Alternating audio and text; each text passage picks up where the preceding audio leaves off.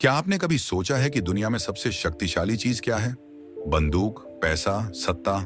नहीं दोस्तों, दुनिया की सबसे शक्तिशाली चीज है आपका मन। कहते हैं कि अगर आप किसी चीज को पूरे दिल से चाहो तो पूरी कायनात तुम्हें वो हासिल करवाने में जुट जाती है। लेकिन फिर एक सवाल उठता है, अगर ऐसा है तो हम जो चाहते हैं वो क्यों नहीं मिलता? हर कोई खुश रहना चाहता है, हर कोई अमीर बनना चाहता है, हर कोई सफल होना चाहता है, लेकिन फिर भी 90% लोग दुखी, गरीब और नाकामयाब क्यों हैं? क्या ये सिर्फ एक झूठ है या फिर हम कुछ गलत कर रहे हैं? आज की ये कहानी आपको बताएगी कि लॉ ऑफ अट्रैक्शन, आकर्षण का नियम, वाकई में काम करता है या नहीं, और अगर करता है तो हम उसे सही तरीके से कैसे इस्तेमाल कर सकते हैं। ये कहानी सिर्फ एक कहानी नहीं है, बल्कि एक माइंड ब्लोइंग सीक्रेट है जिसे जानकर आप अपनी जिंदगी को पूरी तरह बदल सकते हैं। कहानी शुरू करने से पहले हम आपको एक चेतावनी देना चाहते हैं। अगर आप इस कहानी को पूरा सुन लेंगे तो आप कभी भी अपने दिमाग को नकारात्मक तरीके से इस्तेमाल नहीं कर पाएंगे, क्योंकि आज आपको पता चलेगा कि आपका मन कैसे आपकी पूरी किस्मत बदल सकता है। इस कहानी में आपको एक ऐसा रहस्यमयी मंत्र मिलेगा जो आपके मन की गहराइयों को खोलेगा। आप समझ पाएंगे कि आकर्षण का नियम, लॉ ऑफ अट्रैक्शन, वास्तव में कैसे काम करता है और कैसे आप अपने मन में सकारात्मक विचारों का बीज बो सकते हैं। यह कहानी लंबी है, लेकिन इसका हर शब्द आपके लिए एक नया सबक, एक नई प्रेरणा और एक नया रास्ता लेकर आएगा। तो तैयार हो जाएं, अपने मन को खुला रखें और इस कहानी के जादू में पूरी तरह डूब जाएं। इससे पहले कि हम इस अनोखी यात्रा को शुरू करें, एक छोटी सी गुजारिश। अगर यह कहानी आपके दिल को छू जाए तो इसे अपने दोस्तों, परिवार और उन सभी लोगों के साथ साझा करें जिन्हें प्रेरणा की जरूरत है। और हाँ, ऐसी ही प्रेरणादायक कहानियों के लिए हमारे चैनल को सब्सक्राइब करना ना भूलें। तो चलिए, बिना किसी देरी के इस कहानी की शुरुआत करते हैं। किसी छोटे से गांव में गंगा के किनारे एक साधारण सा इंसान रहता था जिसका नाम था श्याम। श्याम का जीवन किसी अभिशाप से कम नहीं था। उसके दिन दुखों से भरे थे और उसकी रातें चिंताओं में डूबी रहती थीं। वह जो भी काम शुरू करता, वह किसी न किसी वजह से अधूरा रह जाता। चाहे वह खेती हो, छोटा मोटा व्यापार हो या गांव में कोई नौकरी, हर बार उसे असफलता का कड़वा घूंट पीना पड़ता। घर का माहौल भी कोई बेहतर नहीं था। उसकी पत्नी सुशीला और उसके 2 छोटे बच्चे रमेश और राधा हमेशा किसी न किसी बात पर उलझे रहते। कभी खाने की कमी, कभी पैसों की तंगी, तो कभी छोटी मोटी बातों पर झगड़े। घर में शांति नाम की कोई चीज नहीं थी। श्याम सोचता, मैंने तो कभी किसी का बुरा नहीं किया। मैंने हमेशा मेहनत और ईमानदारी से काम किया, फिर मेरे साथ ही ऐसा क्यों हो रहा है? रात को जब गांव सो जाता, श्याम अपने घर की छत पर बैठकर गंगा की लहरों को देखता। वह सोचता, क्या मेरी जिंदगी हमेशा ऐसी ही रहेगी? क्या मैं कभी सुखी नहीं हो पाऊंगा? उसकी आंखों के नीचे गहरे काले घेरे बन गए थे और उसका चेहरा हमेशा उदास रहता। कई बार उसके मन में इतने गहरे और अंधेरे विचार आते कि वह अपनी जिंदगी खत्म करने की सोचने लगता। लेकिन अपने बच्चों की मासूम हंसी और पत्नी की चुपके से की गई प्रार्थनाएं उसे ऐसा करने से रोक देती।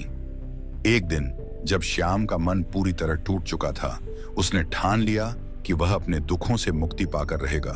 उसने अपने आप से कहा, मैं अब और नहीं सह सकता। चाहे मुझे कुछ भी करना पड़े, चाहे मुझे दुनिया के किसी भी कोने में जाना पड़े, मैं अपने जीवन को बदल कर रहूंगा। इस संकल्प के साथ उसने अपने बचपन के दोस्त रामू से मदद मांगने का फैसला किया। रामू और श्याम की दोस्ती बहुत पुरानी थी। रामू हमेशा श्याम का हौसला बढ़ाता था। जब श्याम ने उसे अपनी सारी परेशानियां बताईं, तो रामू ने गंभीरता से कहा, श्याम, तू इतना परेशान क्यों है? दुनिया में ऐसे कई साधु संत और बाबा हैं जिनके पास हर समस्या का समाधान होता है। उनके पास ऐसे मंत्र और उपाय हैं जो जीवन को खुशियों से भर सकते हैं। तू किसी सच्चे बाबा के पास जा, वो तुझे कोई ऐसा रास्ता जरूर बताएंगे जिससे तेरे सारे दुख दूर हो जाएंगे। रामू की बात श्याम के मन में गहरे तक उतर गई। उसे लगा कि शायद यही उसकी समस्याओं का अंतिम समाधान है। उसने तुरंत फैसला किया कि वह एक ऐसे बाबा की तलाश करेगा जो उसके दुखों को हमेशा के लिए मिटा दे। श्याम को गांव के एक बुजुर्ग ने बताया कि पास के जंगल में एक बाबा रहते हैं जिन्हें नियम वाले बाबा के नाम से जाना जाता है। लोग कहते थे कि नियम वाले बाबा के पास हर समस्या का समाधान है। उनकी बातों में जादू है और उनके टोटके कभी असफल नहीं होते।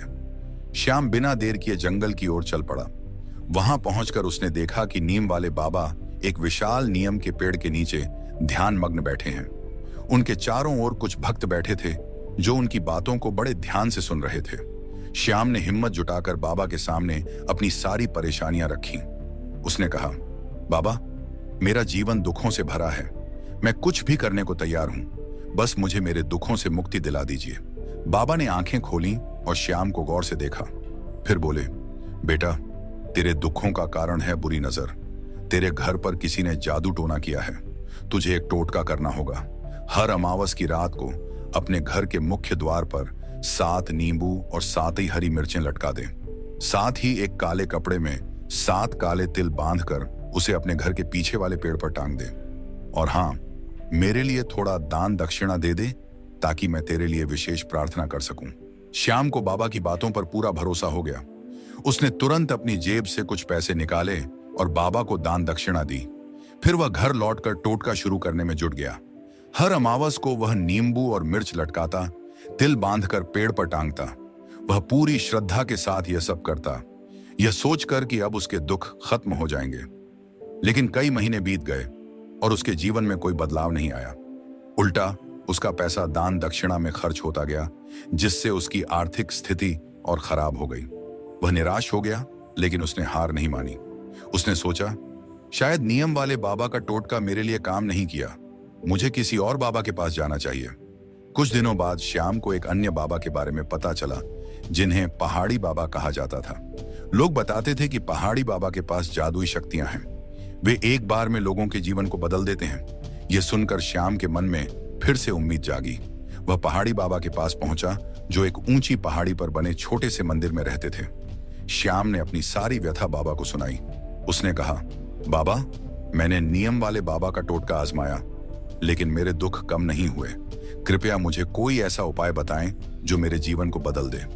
पहाड़ी बाबा ने श्याम को ध्यान से देखा और बोले, बेटा, तेरे घर में नकारात्मक ऊर्जा का वास है। तुझे अपने घर में एक विशेष हवन करवाना होगा। मैं तुझे एक शक्तिशाली मंत्र दूंगा, जिसे तुझे 108 बार रोज जपना होगा।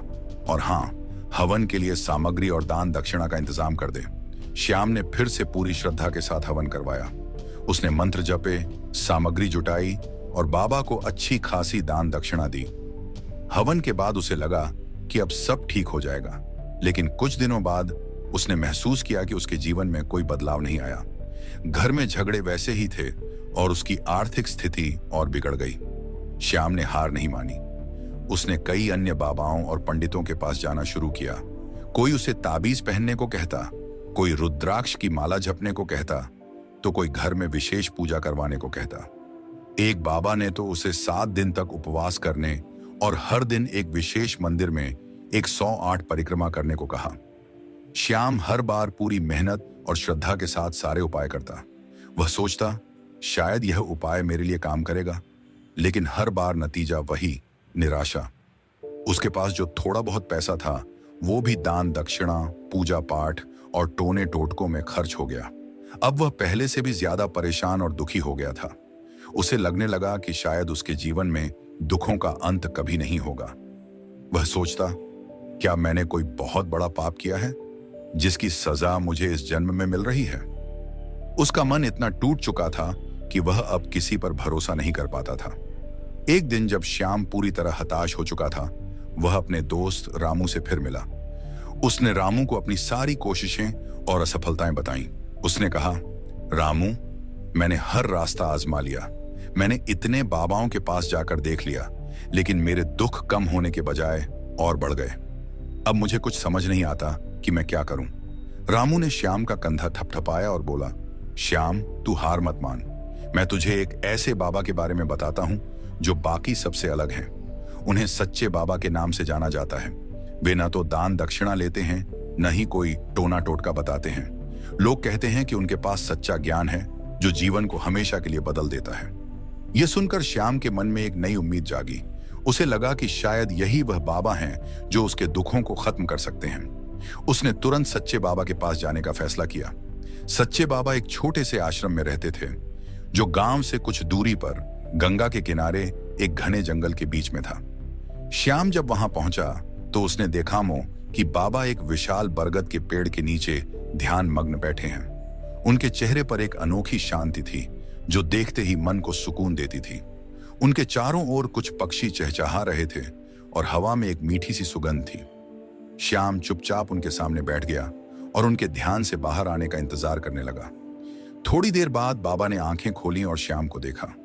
उसकी उदास आंखें और चेहरे के गहरे काले घेरे देखकर बाबा समझ गए कि यह युवक बहुत दुखी है। बाबा ने मुस्कुराते हुए पूछा, बेटा क्या बात है, तू इतना परेशान क्यों है? मेरे पास क्या लेने आया है? श्याम की आंखें भर आईं। उसने अपनी सारी कहानी बाबा को सुनाई, अपने दुखों की, असफलताओं की, टोने टोटकों की और अपनी निराशा की। उसने कहा, बाबा मैंने हर रास्ता आजमा लिया, मैं कुछ भी करने को तैयार हूं, चाहे वह कितना भी मुश्किल क्यों ना हो, बस मुझे मेरे दुखों से मुक्ति दिला दीजिए। बाबा ने श्याम की बातें बड़े ध्यान से सुनी। फिर वे बोले, बेटा दुखों से मुक्ति का मंत्र इतनी आसानी से नहीं मिलता, इसके लिए कुछ करना पड़ता है। क्या तू सचमुच तैयार है? श्याम ने तुरंत कहा, हाँ बाबा, मैं कुछ भी करने को तैयार हूं, चाहे मुझे अंगारों पर चलना पड़े, चाहे कोई कठिन तप करना पड़े, मैं सब कुछ करूंगा। बाबा मुस्कुराए और बोले। श्याम उत्सुक होकर बोला, बाबा मुझे क्या करना है? बाबा ने कहा, जब तू यहां से अपने घर जाए तो रास्ते में अपने मन में बार बार यह दोहराते रहना, मैं सुखी हूं, मैं सुखी हूं, मैं सुखी हूं। लेकिन ध्यान रहे, यह मंत्र तुझे सिर्फ मन में दोहराना है, जुबान पर नहीं लाना है। श्याम को यह सुनकर थोड़ा अजीब लगा। उसने सोचा, बस इतना इतना आसान मंत्र? उसने पूछा, बाबा इससे होगा क्या? बाबा ने कहा, तू पहले इसे करके तो देख, तूने इतने बाबाओं के टोटके आजमाए हैं तो मेरा यह मंत्र भी आजमा ले। श्याम ने सोचा कि यह मंत्र तो बहुत आसान है और बाबा कोई दान दक्षिणा भी नहीं मांग रहे। उसने कहा, ठीक है बाबा, मैं यह मंत्र जरूर करूंगा। वह वहां से घर की ओर चल पड़ा। लेकिन जैसे ही वह कुछ कदम चला, बाबा ने पीछे से आवाज लगाई, बेटा एक बात और, जब तू यह मंत्र दोहराए तो तेरे मन में बंदर का विचार बिल्कुल नहीं आना चाहिए। अगर बंदर का ख्याल आया तो यह मंत्र सिद्ध नहीं होगा। श्याम ने हंसते हुए कहा, बाबा मुझे तो आज तक कभी बंदर का विचार नहीं आया, आप चिंता ना करें, मैं सुखी हूं दोहराऊंगा। श्याम घर की ओर चल पड़ा। वह अपने मन में मैं सुखी हूं, मैं सुखी हूं दोहराने लगा। लेकिन अभी वह कुछ ही दूर चला था कि अचानक उसके मन में एक बंदर का चेहरा उभर आया। वह चौंक गया। उसने सोचा, अरे ये क्या, मैं तो सुखी होने की बात सोच रहा था, फिर यह बंदर कहां से आ गया? उसने उस विचार को झटकने की कोशिश की और फिर से मंत्र दोहराना शुरू किया। लेकिन अब उसके मन में बार बार बंदर का ख्याल आने लगा। कभी वह सोचता कि बंदर पेड़ पर उछल रहा है, कभी सोचता कि बंदर केले खा रहा है। वह परेशान हो गया। रास्ते में उसे एक असली बंदर दिखाई दिया जो पेड़ पर बैठा था। यह देखकर उसका मन और ज्यादा उलझ गया। वह सोचने लगा, यह बंदर तो मुझे परेशान करने के लिए ही आया है, मैं इसे अपने मन से कैसे निकालूं? वह जितना बंदर के विचार को दबाने की कोशिश करता, उतना ही वह विचार और मजबूत होता जाता। रास्ते भर वह यही सोचता रहा कि मुझे बंदर नहीं सोचना, मुझे बंदर नहीं सोचना। लेकिन ऐसा करने से उसके मन में और ज्यादा बंदर घूमने लगे।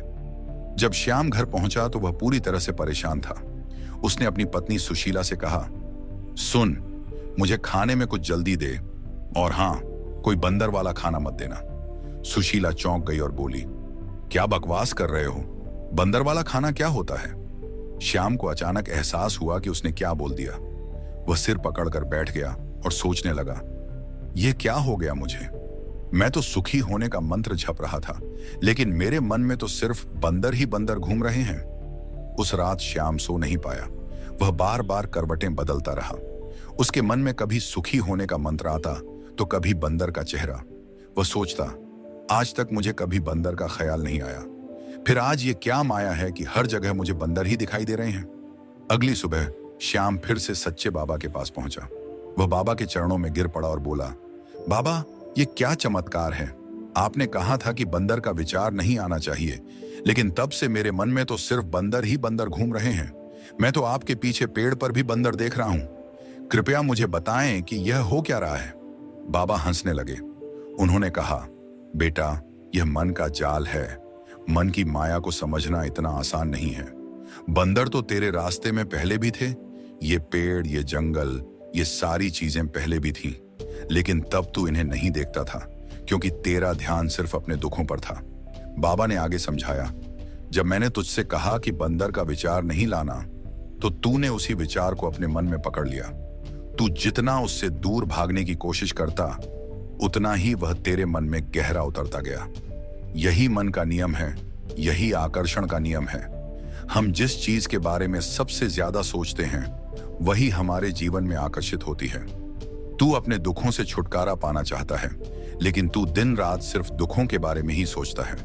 तू सोचता है कि मुझे दुखों से मुक्ति चाहिए, लेकिन इस सोच में भी तेरा ध्यान दुखों पर ही है। इसीलिए तेरे जीवन में दुख और बढ़ते जा रहे हैं। श्याम ने पूछा, बाबा, तो फिर मैं क्या करूं? मैं अपने मन को सुखी कैसे बनाऊं? बाबा ने कहा, बेटा, अपने दुखों से लड़ना छोड़ दे। जब तक तू दुखों को दूर करने की सोचेगा, तब तक वे तेरे मन में बने रहेंगे। जिस दिन तू दुखों के बारे में सोचना छोड़ देगा, उसी दिन वे अपने आप गायब हो जाएंगे। सुखी होने का मंत्र सिर्फ जुबान से दोहराने से नहीं चलेगा, उसे तेरे अंतर्मन में उतरना होगा। और अंतर्मन में उतरने के लिए तुझे अपने विचारों को बदलना होगा। तुझे हर पल सकारात्मक सोच के साथ जीना होगा।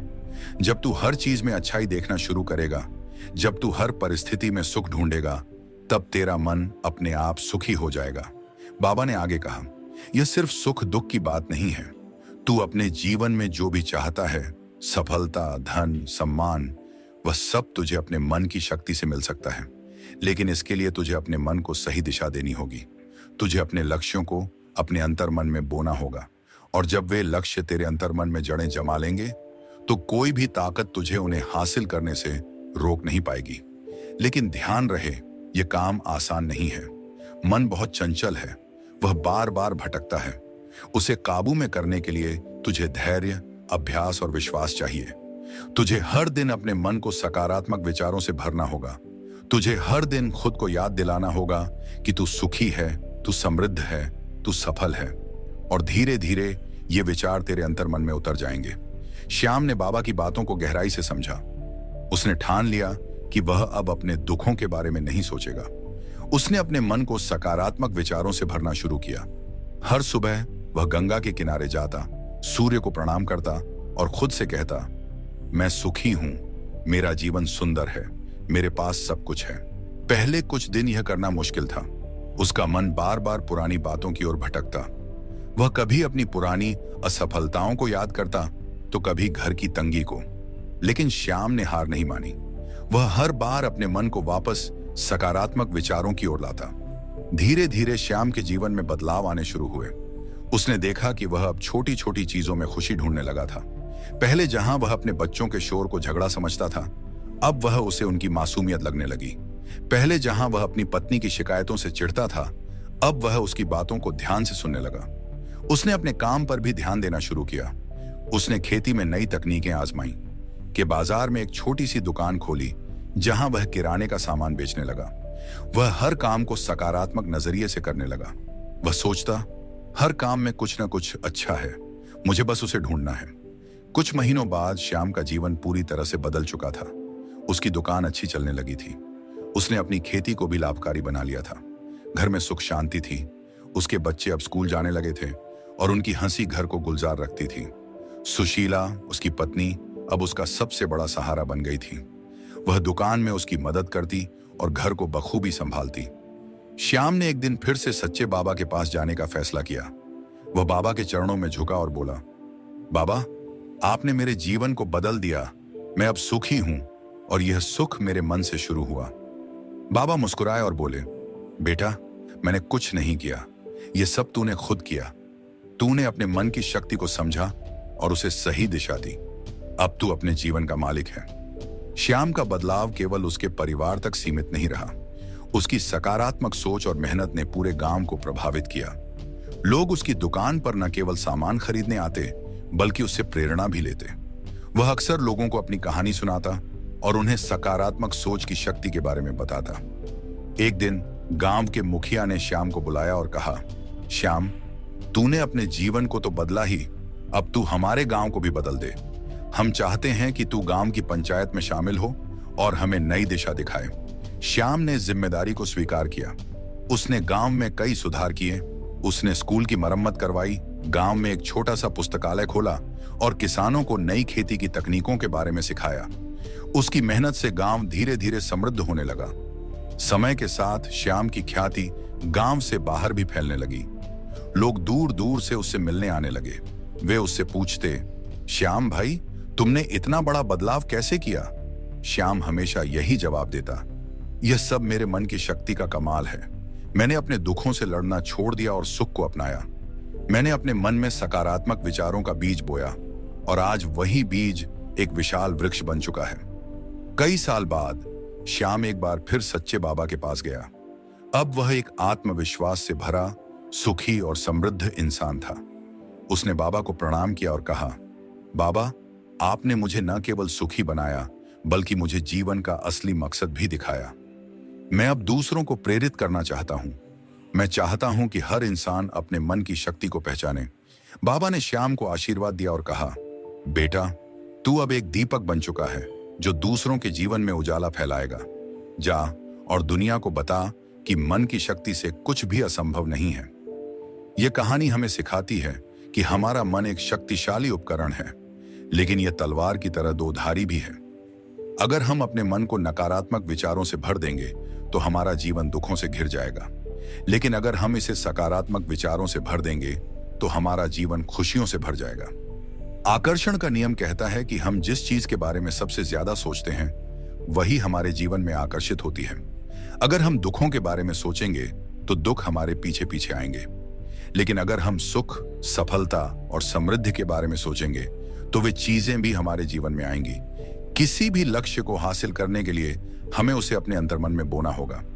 इसके लिए हमें हर दिन सकारात्मक सोच, विश्वास और मेहनत के साथ आगे बढ़ना होगा। जब हमारा मन पूरी तरह से उस लक्ष्य के साथ एक हो जाएगा तो कोई भी बाधा हमें रोक नहीं पाएगी। मन को सकारात्मक दिशा में ले जाना आसान नहीं है। इसके लिए धैर्य और निरंतर अभ्यास की जरूरत होती है। हमें हर दिन अपने विचारों पर नजर रखनी होगी और उन्हें सही दिशा में ले जाना होगा। जब हम अपने जीवन को बदल लेते हैं तो हमारी जिम्मेदारी बनती है कि हम दूसरों को भी प्रेरित करें। हमें अपनी कहानी साझा करनी चाहिए ताकि और लोग भी अपने मन की शक्ति को पहचान सकें। दोस्तों, यह थी श्याम की कहानी, एक साधारण इंसान की कहानी जिसने अपने मन की शक्ति को समझकर अपने जीवन को असाधारण बना लिया। यह कहानी हमें सिखाती है कि हमारे दुख और सुख, हमारी सफलता और असफलता, सब कुछ हमारे मन के हाथ में है। अब सवाल यह है कि आप अपने मन की शक्ति का उपयोग कैसे करेंगे? क्या आप अपने दुखों को पकड़कर रखेंगे या उन्हें छोड़कर सुख की ओर बढ़ेंगे? यह कहानी सिर्फ एक कहानी नहीं है, यह एक मार्गदर्शक है जो आपको आपके जीवन के असली मालिक बनने का रास्ता दिखाती है। तो आज से ही अपने मन को सकारात्मक विचारों से भरना शुरू करें। हर सुबह उठकर खुद से कहें, मैं सुखी हूं, मैं सफल हूं, मैं समृद्ध हूं। और देखिए कैसे आपका जीवन धीरे धीरे बदलने लगता है। अपने सपनों को अपने अंतर्मन में बोएं और उन्हें मेहनत और विश्वास के साथ पनपने दें।